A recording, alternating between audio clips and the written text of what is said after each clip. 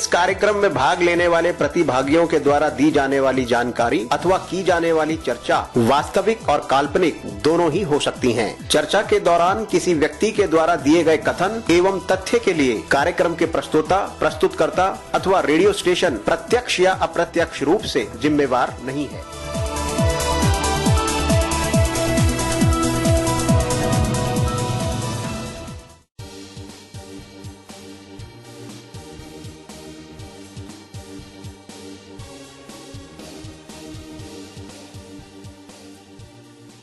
या दोस्तों नमस्कार, आदाब, सत श्री अकाल। मैं दानिश महाजन, प्रोग्राम एक मुलाकात में आपका स्वागत। सोचा कि आपको एक ऐसी पर्सनैलिटी से मिलाया जाए जिससे आपको प्रेरणा मिले और आप भी अपनी जिंदगी में तमाम दिक्कतों को दूर करते हुए आगे बढ़ सकें। आज की जो हमारे साथ पर्सनैलिटी हैं वो पहले बिहार में रेवेन्यू ऑफिसर थी और फिलहाल वो डिसेबिलिटी कमीशन में as a assistant section officer काम कर रही हैं। ये टोटली ब्लाइंड है और साथ ही साथ लेफ्ट साइड, इनकी लेफ्ट लेग और लेफ्ट आर्म काम नहीं करती है। तो ये मल्टीपल डिसेबल्ड हैं, बावजूद उसके इन्होंने तमाम चुनौतियों का सामना किया और पहले as a revenue officer join किया बिहार में और उसके बाद एज डिसेबिलिटी कमीशन में as a assistant section officer. इस इंटरव्यू को मैं इसलिए भी कर रहा हूँ क्योंकि बिहार और कई एरियाज ऐसे हैं जहाँ सुविधाओं का अभाव है, लेकिन वहां से एक मल्टीपल डिसेबल्ड का ऐसे आगे आना ये अपने आप में एक बड़ी बात है और इससे हम सभी को प्रेरणा लेनी चाहिए। तो आज हमारे साथ रश्मि तिवारी जी हैं, उनसे हम बात करेंगे उनकी लाइफ के बारे में। रश्मि जी, बहुत बहुत स्वागत आपका रेडियो उड़ान पे। धन्यवाद आपका दानिश भाई। रश्मि जी, सबसे पहले तो हमें थोड़ा अपने बारे में बताएं और अपनी डिसेबिलिटी के बारे में बताएं विस्तार से कि ये कैसे हुआ। ये 3 साल की उम्र में 2 साल की उम्र में बेड से गिरने से सिर में चोट आई थी, जिसके चलते हल्की हल्की सिर दर्द हुआ करती थी और वोमिटिंग टेंडेंसी आया करती थी। बट उस टाइम आंख नहीं गई थी मेरी और हाथ पैर सही थे। आगे चल के डॉक्टरों के गलत डायग्नोसिस से आंख, हाथ और पैर चली गई। उन लोगों ने मेनिंजाइटिस समझ के स्पाइनल फ्लूइड को निकाल दिया, जिसके चलते आंख, हाथ और पैर विदिन 6 आवर्स मेरे चले गए और तमाम डॉक्टरों के गलत डायग्नोसिस करने से बीमारी बहुत आगे बढ़ती चली गई। ये इंडियन ऑयल कॉरपोरेशन लिमिटेड के डॉक्टर बी चौधरी की गलती से, जो चाइल्ड स्पेशलिस्ट हुआ करते थे, उनके गलत डायग्नोसिस से मेरी आंख, हाथ और पैर चली गई। कितने साल की उम्र में आपकी ये जो लेफ्ट साइड आपका काइंड ऑफ पैरालाइज हुआ? तो ये जो 4 साल की उम्र में। तो 4 साल की उम्र में 4 साल की उम्र में ये हुआ और बिहार जैसे एरिया में जहाँ सुविधाएं भी इतनी नहीं है और साथ ही साथ काफी दिक्कतें हैं, वहाँ पे अवेयरनेस बहुत कम है। तो कैसे आपने अपनी शिक्षा कंप्लीट की?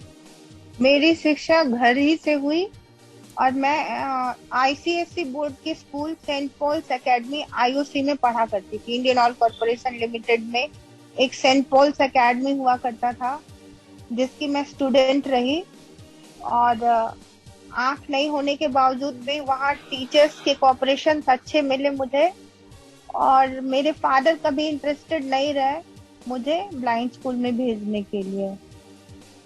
क्या रीजन था? रीजन था कि उनको मुझसे बहुत लगाव थी। वो कहते थे I teach her at home only, I give her better education at home only.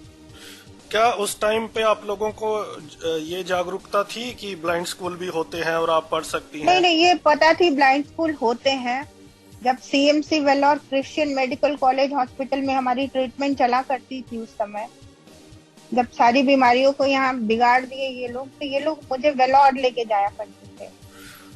तो आपने बताया कि डॉक्टर ने फ्लूइड आपका निकाल दिया और इंडियन ऑयल कॉरपोरेशन के डॉक्टर का नाम भी बताया, तो आप लोगों ने कोई केस वगैरह फाइल किया उनके ऊपर? कुछ नहीं किए, हम लोगों ने केस ही नहीं किया, बल्कि डॉक्टर का बहुत शोषण भी रहा। पहली 2 बार जो हम सीएमसी वेलोर गए उसमें डॉग वहाँ IOC has not given single pie to my father for my treatment, क्योंकि लड़ाई हो गई। वो लिखता था, डॉक्टर बार बार लिखा करते थे कि refer her to all India institute of medical sciences. हमारी मदर कहा करती थी कि no, I will not take my daughter to all India institute of medical sciences, क्योंकि अभी वहाँ ब्रेन सर्जरी न्यूरो की ट्रीटमेंट अच्छी नहीं हो रही है, इससे सीएमसी वेलोर भेजो। लेकिन डॉक्टर कभी लिखते ही नहीं थे रेफर टू सीएमसी वेलोर। तो 2 बार तो लेके ये लोग अपने खर्चे पर गए। तीसरी बार एक पीके चौधरी करके जीएमआई हमारे आईओसीएल में, जो पंजाब से हुआ करते थे, तो बोले his right, he can take his daughter anywhere else. तो उन्होंने मुझे रेफर किया। रेफर तो बार बार ये लोग करते थे, पहली बार तो रेफर नहीं किए, दूसरी बार रेफर किए तो प्लस का साइन दिए।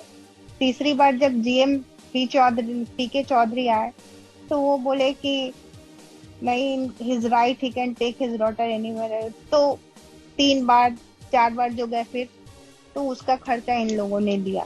क्या चैलेंजेस आए आपको? काफी दिक्कतों का सामना करना पड़ा होगा बचपन में, तो किस तरह के चैलेंजेस फेस किए आपने?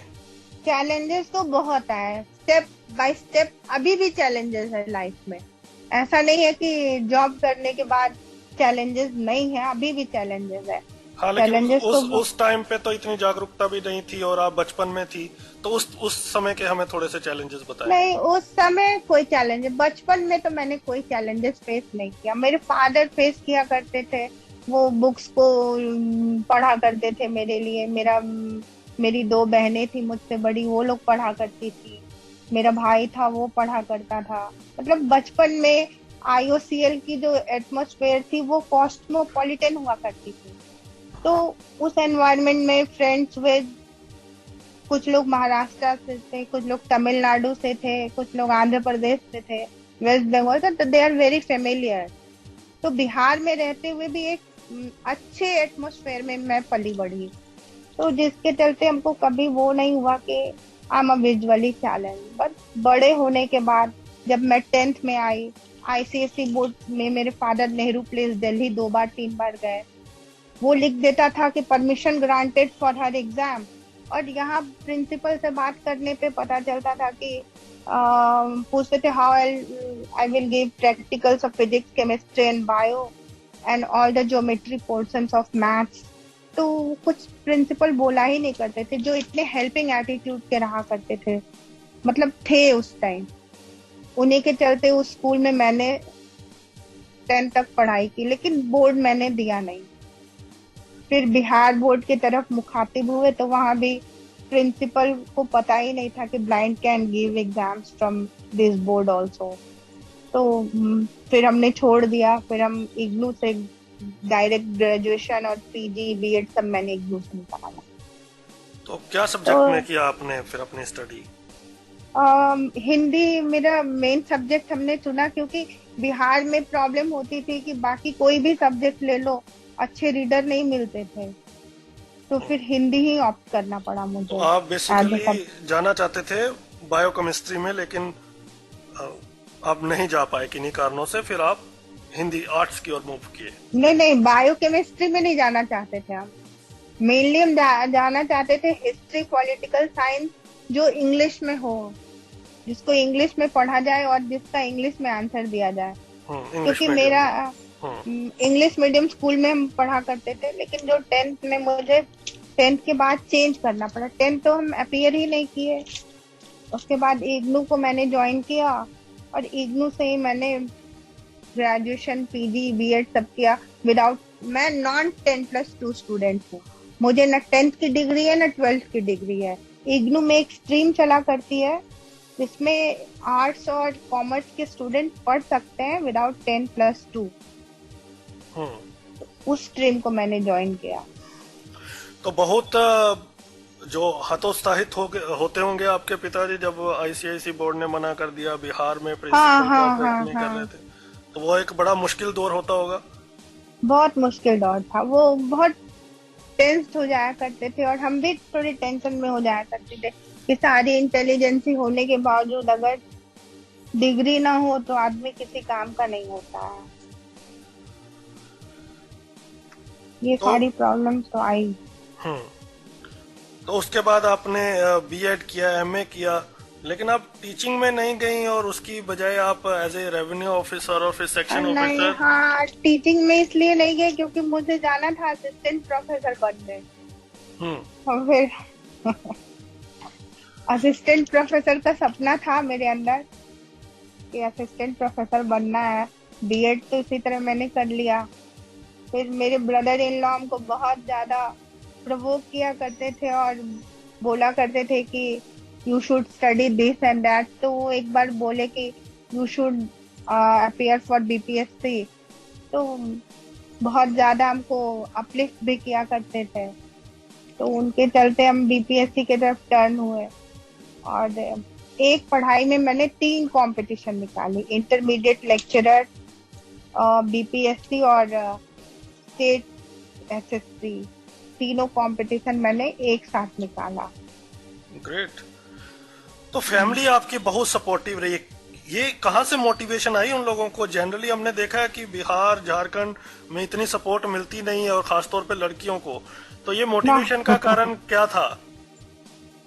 मोटिवेशन का कारण था कि मेरे फादर भी बहुत अच्छे फैमिली से थे। उनके फादर जो थे वो डिप्टी सुपरिटेंडेंट ऑफ पुलिस, उनकी डेथ हो गई थी 1961 में। मेरे ग्रैंडफादर की तो जिंदा रहते तो 81-82 में उनकी रिटायरमेंट हुई रहती। मेरे जो मैटरनल ग्रैंडफादर थे वो मेंबर ऑफ पार्लियामेंट थे, पंडित विभूति मिश्रा।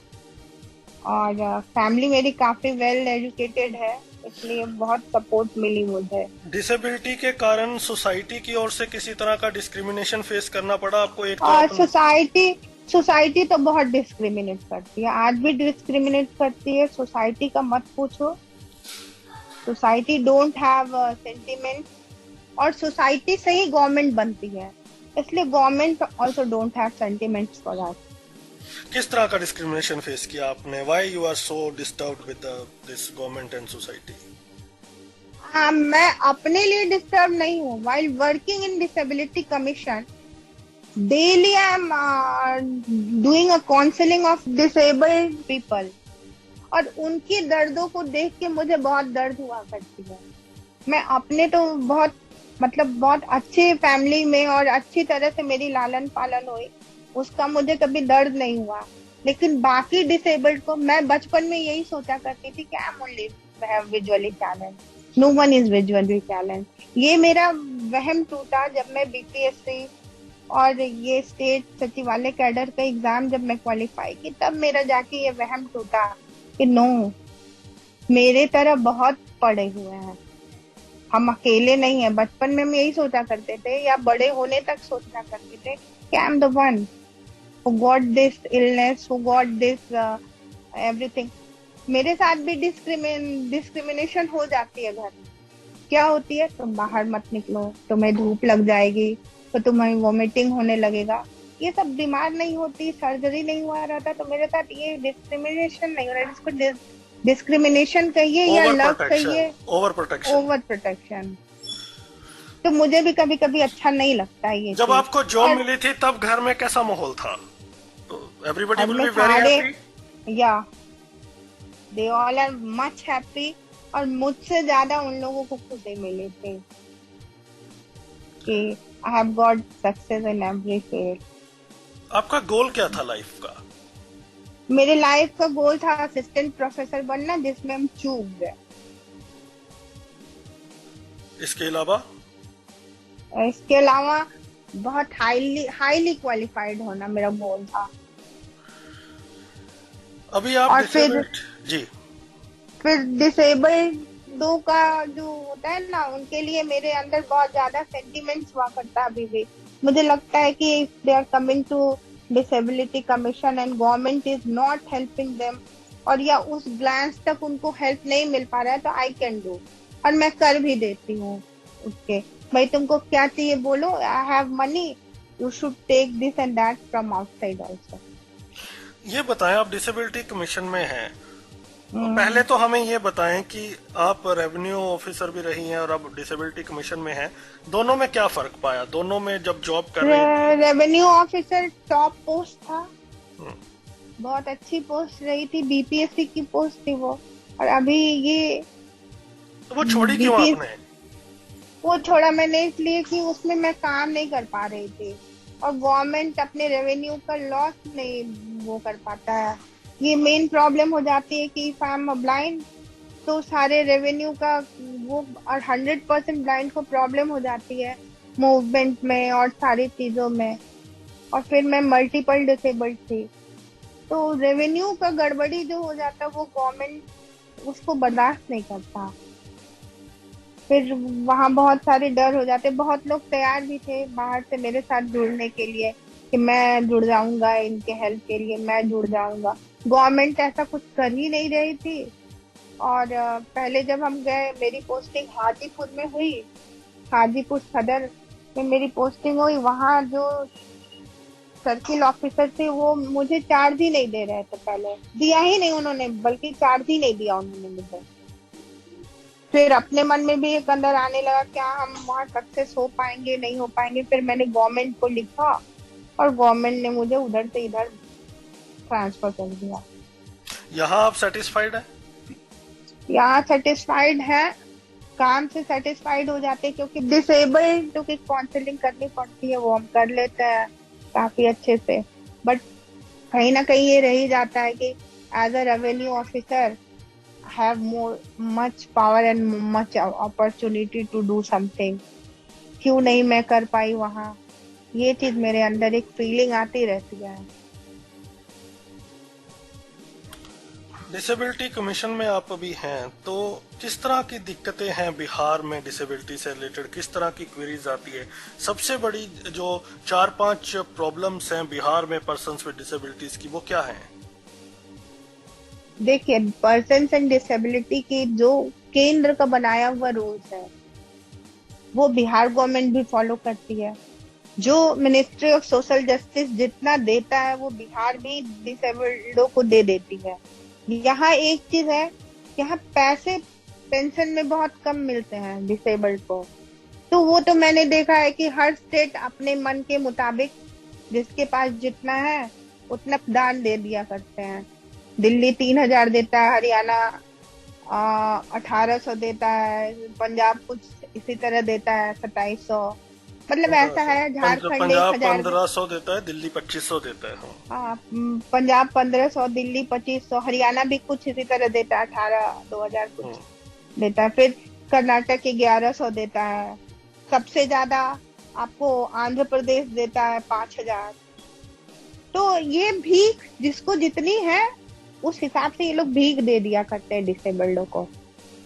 आप दानिश जी, मैं तो विजुअली चैलेंज हूँ, चल सकती हूँ। मैंने तो ऐसे डिसेबल्ड को रोज सुबह शाम देखा करती हूँ जो खिसक के आते हैं, जिनकी पैर कंक्रीट पे जलती होगी। पर आप इसे भीख क्यों कह रही हैं? उनको जो नहीं पढ़े लिखे उनके लिए तो ये बहुत जरूरी है ना। तो जरूरी है, मान लो बिहार में 400 रुपए देते हैं, 500 रुपए देते हैं, भीख ही हुआ ना। 500 रुपए में तो आप एक रेस्टोरेंट में खाना भी नहीं खा पाएंगे। तो ये तो गवर्नमेंट को सोचना चाहिए कि इसको एक वो ग्लोबलाइज करना चाहिए पूरे कंट्री में। ये तो मिनिस्ट्री ऑफ सोशल जस्टिस की गलती है, वहां से ग्लोबलाइज करके। तो आपका जो कहने का मतलब ये है कि सम्मानजनक एक पेंशन होनी चाहिए। बिल्कुल। अगर 5 आंध्र प्रदेश देता है तो सबको 5 ही देना चाहिए। मुझे तो नहीं चाहिए, मैं तो जॉब में हूँ। मैं उनके लिए कह रही हूँ जो जॉब में नहीं है, जो खिसक के आते हैं, जिनका कंक्रीट पे पैर जलता है, उनके लिए कुछ ऐसा होना चाहिए कि अगर बैटरी के साइकिल के लिए वो आ रहे हैं तो उन्हें बैटरी की साइकिल देन एंड देयर मिलनी चाहिए। जैसे वो एप्लीकेशन दे और बैटरी की साइकिल चाहिए तो तुरंत एनजीओ से अटैच होना चाहिए, एनजीओ वाले को वहाँ खड़ा होना चाहिए कि उन्हें बैटरी की साइकिल दे दी जाए कि भैया लो जाओ, तुम्हारे पैर नहीं जले। थोड़ी तो मानवता होनी चाहिए। हम ऑफिस में हैं, मेन प्रॉब्लम है हम ऑफिस में हैं, हम मल्टीपल डिसेबल्ड हैं, हम बोल सकते हैं, समझा सकते हैं, लोग को लिखा सकते, लिख नहीं सकते हैं। तो ये एक प्रॉब्लम है। जब लिख नहीं पाएंगे तो हमारा जो फाइल पे डीलिंग है वो होने में प्रॉब्लम होगी। और मान लो अगर हम कंप्यूटर पे लिख लेते, प्रिंट आउट कैसे निकालेंगे? फिर अगर विजुअली चैलेंज के साथ मल्टीपल डिसेबल्ड है, जॉब में आ गया है, तो फिर काम कैसे करेंगे? थोड़ा तो गवर्नमेंट को सोचना पड़ेगा। जब विजुअली चैलेंज होके 1 से लेके पीजी, बीएड, पीएचडी तक आप राइटर देते हो, थोड़ा तो आपको समझना होगा कि इनकी क्या विडंबना है। एक तो भगवान के मारे हैं ये, आंख चली गई, कुछ तो इनकी हेल्प करो। कैसे कर पाएगा, कैसे लिख पाएगा, कैसे प्रिंट आउट निकाल पाएगा वो? तो आप तो यहाँ तक पहुंची हैं और आप अभी भी अपने आप को कह रही हैं कि भगवान के मारे हैं, और ये तो आपने तो इतना बिल्कुल, अचीव किया। बिना नहीं नहीं बिना ये सोचे इंसान राइज ही नहीं कर पाएगा दानिश जी। अगर इंसान सोच ले दानिश भाई कि हम भगवान के मारे नहीं है, तो हम राइज ही नहीं कर पाएंगे। हमें तो ये सोचना पड़ता है कि हम भगवान के मारे हैं, हमको उसके कंपटीशन में जाना है अगले के, तो वो हमको ऐसे देख रहा है, तो I have to show him कि भाई हम तुम्हारे इतना दौड़ नहीं पा रहे, फिर भी रेस में खड़े हैं, तुम अगर बहुत आगे निकलोगे तो थोड़ी दूर तो हम भी दौड़ सकते हैं। जब तक आदमी अपने मन में थोड़ा इंफीरियोरिटी कॉम्प्लेक्स नहीं लाएगा, तो वो लाइफ जी नहीं पाएगा। एज अ डिसेबल्ड अगर वो सोच ले कि each and everything is in my hand, तो वो नहीं जी पाएगा। और क्या प्रॉब्लम्स हैं बिहार में पर्सन्स विद डिसेबिलिटीज की? बिहार में ऐसी कोई प्रॉब्लम नहीं है पर्सन विद डिसेबिलिटी की, क्योंकि यहाँ जो भी डिसेबल्ड आते हैं उनका पर्सन विद डिसेबिलिटी का रोल बहुत अच्छा है बिहार में। मतलब वाकई काबिले तारीफ है। यहाँ एक एक डिसेबल्ड जो आते हैं उनका, मेरा ऑफिस जो है, दूसरे जो है मेरे ऑफिस में पोस्टेड, वो लोग उनकी काम इतने अच्छे ढंग से करते हैं कि उसका तो कुछ कहना ही नहीं है। वो लोग बहुत कोई अच्छे वो ढंग तो से आपके ऑफिस की बात नहीं कर रहा ना, मैं ओवरऑल कर रहा हूँ। वीमेंस के क्या चैलेंजेस हैं आपके हिसाब से वहाँ पे? नहीं नहीं, वीमेन्स के तो दानिश भाई बहुत चैलेंजेस है। अगर वीमेन डिसेबल्ड हो गई तो उसकी लाइफ में बहुत चैलेंजेस है। एक उषा सिंह करके है हमारे बिहार में, तो she lost her vision in 92 और 3, और लालू प्रसाद यादव की दया दृष्टि रही, उसे जॉब मिली उस लेडी को। She had studied from BHU. उस समय वो एमए, बीएड, एमएड सारी डिग्रीज को वो ले चुकी थी। उनकी आंख चली गई। उस समय वो अनमैरिड थी, उनकी शादी नहीं हुई, और 2018 या 19 में वो रिटायर हुई है। रिटायरमेंट में भी उनको काफी पैसा मिला, और रिटायरमेंट के बाद भी पेंशन 60,000 मिलता है, 65,000 सारे उनसे छीन लिए जाते हैं। उनकी जो हालत है बद से बदतर है। तो लड़कियों के साथ तो बहुत चैलेंजेस है। रेप हो जाता है, गलत चीज होता है, तब पर्सन विद डिसेबिलिटी खड़ा होता है, अरे इसको 5 लाख रुपया दिलवा दिए, इसको 10 लाख। अरे जब उसके साथ घटना घट गई तो 5 लाख और 10 लाख किस मैटर का है? उसको सेफ्टी दो, सिक्योरिटी दो, घर से ऑफिस जाने के लिए। हम तो यहाँ तक कहते हैं कि अगर हम जॉब में है तो मुझे भी सिक्योरिटी मिलनी चाहिए घर से ऑफिस जाने तक। इट्स रिस्पॉन्सिबिलिटी ऑफ गवर्नमेंट कि मुझे वो सिक्योरिटी दे, और हर एक लड़कियों को सिक्योरिटी दे जो डिसेबल्ड हो। और फिर ये ना सोचे कि ये लोग रिस्पॉन्सिबिलिटी है पेरेंट्स के, नहीं, पेरेंट्स भी थक जाते हैं बच्चों को करते करते। तो इसलिए उनका एक सेपरेट वो करे गवर्नमेंट, एक इंडिपेंडेंट हाउस का वो करे, उसके लिए लोन दिलवाए। वो अगर सधा पाए तो ठीक है, आप उसके साथ खड़े रहो, उसको सब्सिडी दो, वो हाउस खरीदे, उसको अंत्योदय मिले, उसके घर तक पहुंचाए। ये तो मैं सर्विस होल्डर लड़कियों के लिए भी कह रही हूँ। और दोज हु आर 100% ब्लाइंड और multiple disabled should get all this things, या those who are 100% disabled with his leg or hand, they should also get this thing। और अंत्योदय मिले, जॉब में हो ना हो, उनको पूरी चीजें उनके घर तक पहुंचाई जाए, और उनका एक इंडिपेंडेंट हाउस हो जिससे उनको लगे कि I am also leading my life. शादी होना ना होना, किसी का रहना ना होना, ये इट डजेंट मैटर। ये सारी चीजें एक के साथ होनी चाहिए कि अगर वो डिसेबल्ड है तो उसको घर होना चाहिए, अपना घर होना चाहिए, इंडिपेंडेंट हाउस होना चाहिए, जिसमें वो रह सके, अपना मर्जी कर सके। तो ये सारी चीजें होनी चाहिए उसके साथ, जो नहीं हो पाती है। चाहे हम मिनिस्ट्री ऑफ सोशल जस्टिस के पन्नों को रोज मैं पलटती हूँ, आए दिन। अगर वो लड़की आई, मैम मुझे ये चाहिए, ठीक है बाबू देख के बताते हैं। एक लड़का है गौर पांडे, वो अच्छे घर से नहीं है, but he needs a phone. उसको फोन चाहिए, उसको वो चाहिए, उसको तो बताते हैं यहाँ अप्लाई करो, यहाँ अप्लाई करो, बट स्लो एंड स्टेडी है सब जगह गवर्नमेंट का काम। आपकी हॉबीज क्या है? मेरी हॉबीज है पढ़ना, पढ़ाना और घूमना। क्या हम पढ़ना ऐसे? इसलिए जी। पढ़ना इसलिए कि बचपन से शायद रोक लग गई भगवान की, इसलिए हो सकता है। तो पढ़ना पढ़ाना बहुत अच्छा लगता है, घूमना भी मुझे बहुत अच्छा लगता है। तो आप अपनी सक्सेस का क्रेडिट किसको देंगी? मेरे सक्सेस का क्रेडिट मेरे घर में मेरी दो बहनें हैं उनको जाता है, मेरे ब्रदर इन लॉ को जाता है, और सबसे ज्यादा मेरे फादर को जाता है। क्योंकि he has given me, he is backbone, कहते हैं ना मेरुदंड। तो वो मेरे लिए मेरुदंड थे, बैकबोन, जिसके चलते फैमिली में मेरी इज्जत हुई, मुझे सबसे ज्यादा मान मिला, प्यार मिला, लव मिला, सारा चीज मिला।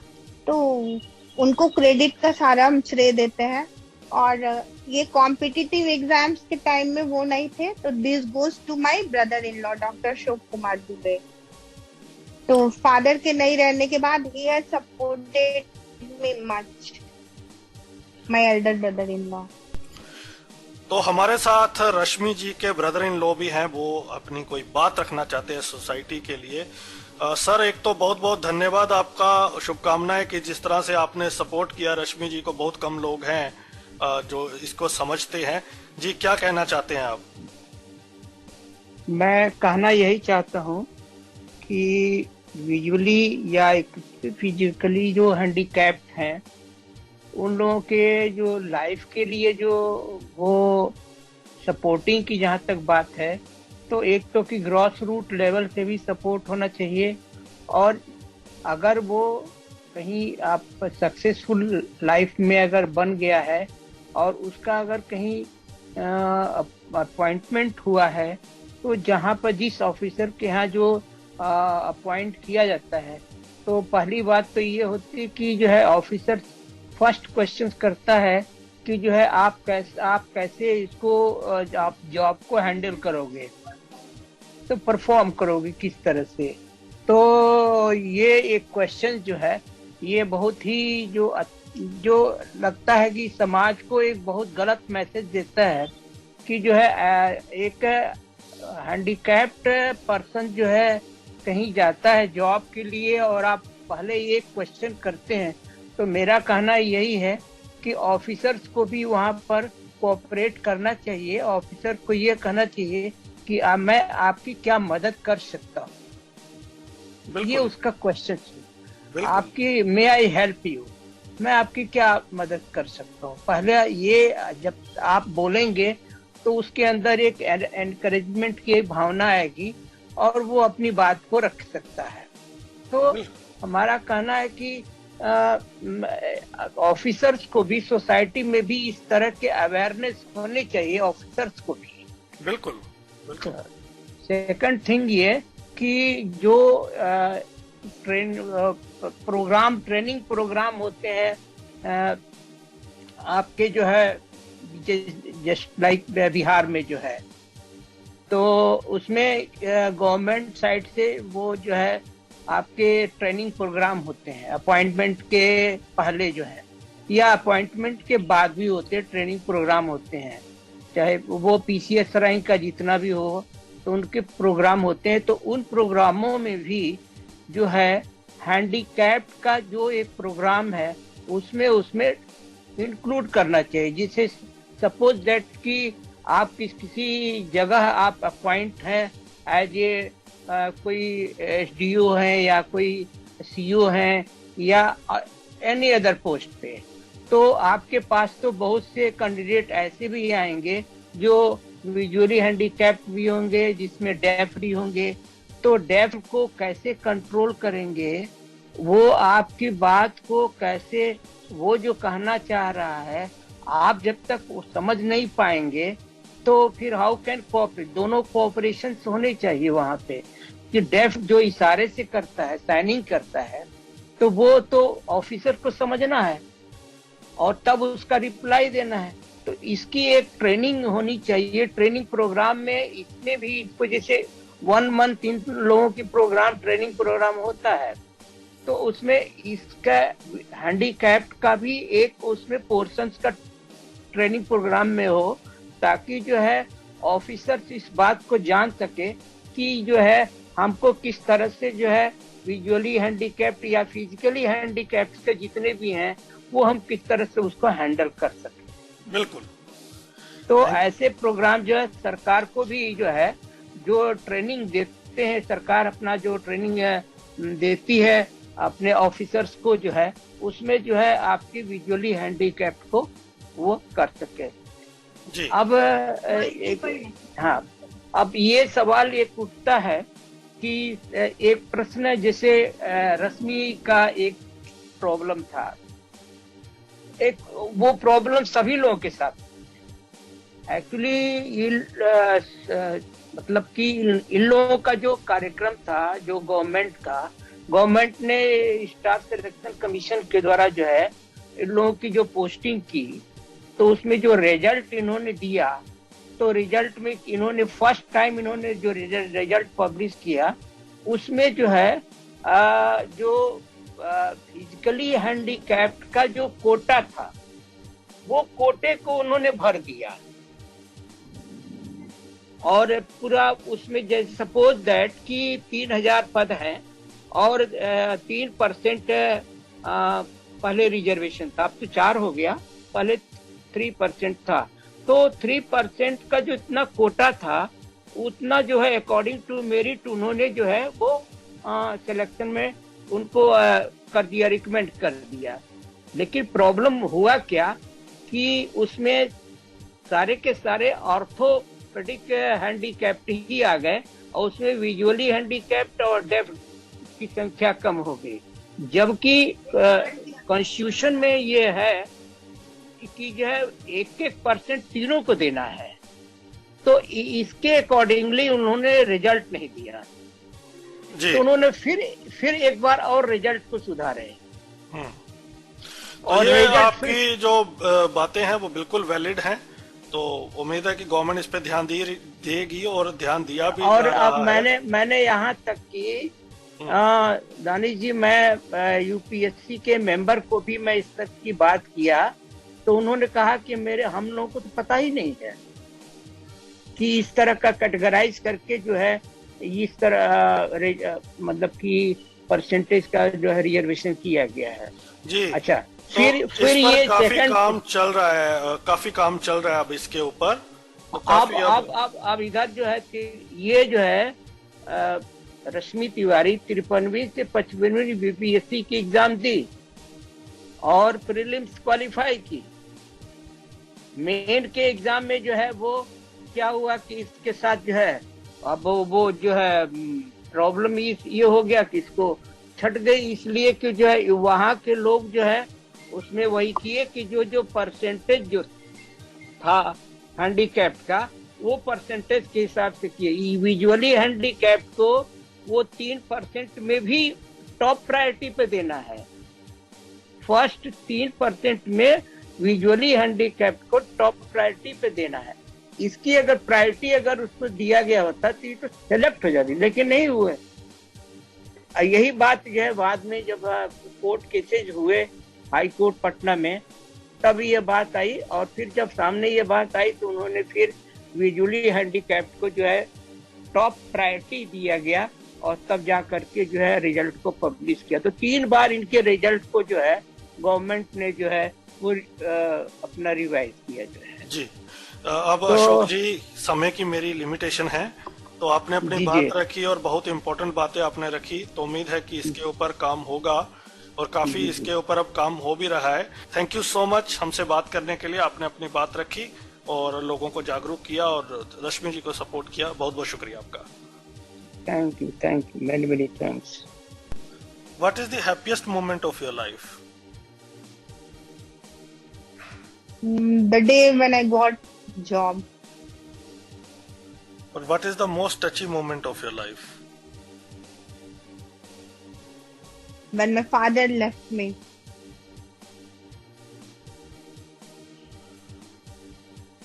अभी आप क्या चाहती हैं कि अगर आपको पावर दी जाए तो कौन सी ऐसी 2-3 चीजें हैं जिस पर आप तुरंत काम करना चाहेंगी पर्सन्स विद डिसेबिलिटीज की एम्पावरमेंट के लिए? अगर मुझे पावर मिलेगा तो सबसे पहले डिसेबल्डों के उन्नति के लिए जहां एबल्ड लोगों को बैठाया गया है उनके साथ साथ डिसेबल्डों को भी बैठाऊंगी। ये नहीं कहती हूँ कि उनको हटा के, उनके साथ साथ डिसेबल्डों को भी बैठाऊंगी उस जगह पे कि गवर्नमेंट शुड नो कि क्या उनकी दिक्कतें हैं और कैसी दिक्कतों को वो फेस करते। जैसे मैं ऑफिस में कोई डीएम बनता है ब्लाइंड, तो कहते हैं भाई DM is working very nicely. अरे why he will not work nicely? He has PA, personal assistant, he has Tono, he has typist, he has everything. He is the head of the district. So everyone comes under him. And if he is blind, he will work very nicely. Or being assistant section officer, I am not head of my disability commission. So how I will work is the main agenda. पर आजकल तो technology इतनी empower कर रही है, why don't you आप बहुत you are not very happy with your job, why don't you use technology को ही यूज करते हैं, बट टेक्नोलॉजी को जैसे यूज करने के बाद एक मेरे फोन में है जीबोर्ड करके, तो उसको हम जब लिखा करते हैं फेसबुक पे या व्हाट्सएप पे हम मैसेज भेज दिया करते हैं किसी को, तो कभी कभी हिंदी वाला जब बोल के हम टाइप किए रहते तो वो पूरा इंग्लिश, मतलब अजीब इंग्लिश टाइप से वो बोलने लगता है हिंदी को। फिर उसको 5 बार डिलीट करो, फिर बोलो, फिर अच्छे एक्सेंट में वो लेके जाता है। तो ये सारी दिक्कतें हैं। और अगर है टेक्नोलॉजी तो गवर्नमेंट को चाहिए कि अगर आप दे रहे हो जॉब तो उसके बाद उसमें ट्रेनिंग दे दिया करो कि आदमी वेल वर्स्ड हो जाए उसमें और वेल वर्स्ड होके वो काम करे। काम करने से कोई भागता थोड़ी है, बट उसको असिस्टेंस चाहिए। जब आप नर्सरी से लेके हायर एजुकेशन तक राइटर दे देते हो तो फिर काम करने में जॉब में भी आपको लगता है कि असिस्टेंट चाहिए? बिल्कुल चाहिए, सबको चाहिए, जो those who are 100% disabled in any field। और आपको एक बात बताऊं, मैं अपने पीजी करने के बाद जर्नलिज्म का फॉर्म लेने गई। यहाँ हमारे यहाँ जाकिर हुसैन है और मेरे ब्रदर इन लॉ ने जर्नलिज्म का जो फॉर्म लेके आया मेरे लिए, मैं बोली थी वो लेके आए, तो सारे मना करने लगे, हाउ यू विल डू। तो मैंने उनको बताया उस दिन कि दानिश जो बोले हैं मेरा इंटरव्यू लेने के लिए, he is also blind and he is also journalist. तो कुछ चीजें हम नहीं जानते हैं, कुछ चीजें जानते, तो अवेयरनेस तो लाना पड़ेगा, अवेयरनेस प्रोग्राम करनी पड़ेगी। जी, क्या मैसेज रहेगा आपका सोसाइटी के लिए? सोसाइटी के लिए मैसेज रहेगा कि be helpful for every type of disabled. जितने भी तरह के डिसेबल्ड हैं उनके लिए आप हेल्पफुल रहो, उनके लिए पॉलिसीज ऐसे डिसाइड कराओ गवर्नमेंट से, अगर नहीं है तो डिसाइड कराओ कि वो अच्छे से अपने लाइफ को लेके चल पाए। मतलब हेट्रेड नहीं होना चाहिए। ऑफिस में बहुत जगह देखा करते, अरे वो आया, अरे इन लोगों को तो ये चाहिए, दौड़े चले आते हैं, अरे ये लोग तो दिन भर तबाह करते रहते हैं, इनको ट्राईसाइकिल ही चाहिए, इनको ये, व्हाट इज दिस। ये चीज नहीं होना चाहिए। तो जो आपको दिक्कत है, लेफ्ट लेग जो फ्लूइड निकाल दिया, तो फिजिकली तो आपको काफी प्रॉब्लम फेस करनी पड़ती होगी? बहुत फिजिकली हम बहुत वीक हैं। तो कैसे मैनेज करती हैं आप? अब आदत पड़ गई है बचपन से जो चीज, अगर यही 20-22 साल की उम्र में हुई रहती तो थोड़ी ज्यादा आदमी को अंदर से दर्द होता। जो चीज बचपन में हो गई उसका दर्द भी खत्म हो जाता है जल्दी। वक्त के साथ हर जख्म भी भरने लगता है और आदमी ट्रेन भी हो जाता है। मुझे फर्क नहीं पड़ता है ड्रेसअप होने में कि मेरे पास हाथ है कि नहीं है, पैर है कि नहीं है। हम सोचा भी नहीं करता है ज्यादा। चलिए, ये तो अच्छी चीज है। तो कुल मिला के आपका कहना है कि समाज को अपना एटीट्यूड बदलना चाहिए और पर्सन्स विद बिल्कुल। डिसेबिलिटीज की रिप्रेजेंटेशन बढ़नी चाहिए हर जगह, ताकि लोग जागरूक हो सकें। और नहीं, मेरा एक सोसाइटी के लिए और मैसेज है जी, मतलब उनको ऐसा फेवर करो, नियम को इतना लचीला बनाओ इनके लिए कि अगर ये कहीं जाए, पर्सन विद डिसेबल्ड जो लोग हैं, ये लोग अगर कहीं अपने राइट के लिए जाए तो आप समाज के लोग को इतना अवेयर होना चाहिए इस सब नियमों को लेके, और इतना लचीला होना चाहिए कि हम अगर एक यूनिक आईडी कार्ड ही दे दे कि भाई ये लो, तो बैटरी वाली साइकिल अगर देनी है, उसके पैर जल रहे हैं कंक्रीट पे, वो रोड पर खिसक के आ रहा है, तो इतनी तो मानवता होनी चाहिए बिल्कुल कि उसको उसका पैर नहीं जले, उसको हम बैटरी वाली साइकिल जल्द से जल्द दे दें। अगर उसको पढ़ने में दिक्कतें आ रही हैं तो इफ ही नीड्स कंप्यूटर और लैपटॉप और फोन जैसे डिवाइसेस उसको चाहिए, उसकी फैमिली देने में नहीं सक्षम है या सक्षम है, देखिए सक्षम होने के बाद भी फैमिली में रहता है अरे ही इज डिसेबल्ड, इसको छोड़ो, अगले को पढ़ा के निकालो, इसको खिला पिला के रख लेंगे अकेला। इस मेंटेलिटी को हटाओ, उसको भी उतना ही राइट्स है। तो फैमिली वाले भी डिस्क्रिमिनेट करने लगते हैं कि इसको छोड़ो, इसके अगले को निकाल दो, वो पढ़ लिख जाएगा, अच्छा हमको देख लेगा, उनको देख लेगा। ये नहीं सोचते हैं कि ये पढ़ लिख जाएगा। हमारे फादर कहा करते थे कि जब तुम एजुकेटेड हो जाओगी तो मेरी फैमिली स्टेटस बढ़ जाएगी, लेकिन बाकी लोग ये नहीं सोचा करते हैं। लोग सोचते हैं कि इसको छोड़ो, अगले को निकाल दो, अगला ठीक है वो पढ़ लिख जाए, इसको छोड़ दो। ये चीज नहीं होनी चाहिए सोसाइटी में। बिल्कुल, आई कम्प्लीटली अग्री कि रूल्स ऐसे होने चाहिए। Rule should be followed in a spirit, not in a letter. Yes, हाँ हाँ हाँ। Thank you so much Rashmi ji, हमसे बात करने के लिए, अपनी बात रखने के लिए। हमें अच्छा लगा आप रेडियो उड़ान पे आई, और बी पॉजिटिव और इसी तरह से आप काम करते रहिए। Thank you so much for joining. आपको भी थैंक यू। तो दोस्तों आज हमने धन्यवाद जी, थैंक यू। या दोस्तों, आज हमने बात की रश्मि जी से। अगले सप्ताह फिर मुलाकात होगी किसी और पर्सनैलिटी के साथ। तब तक सुनते रहिए रेडियो उड़ान, फ्लाइट ऑफ लाइफ।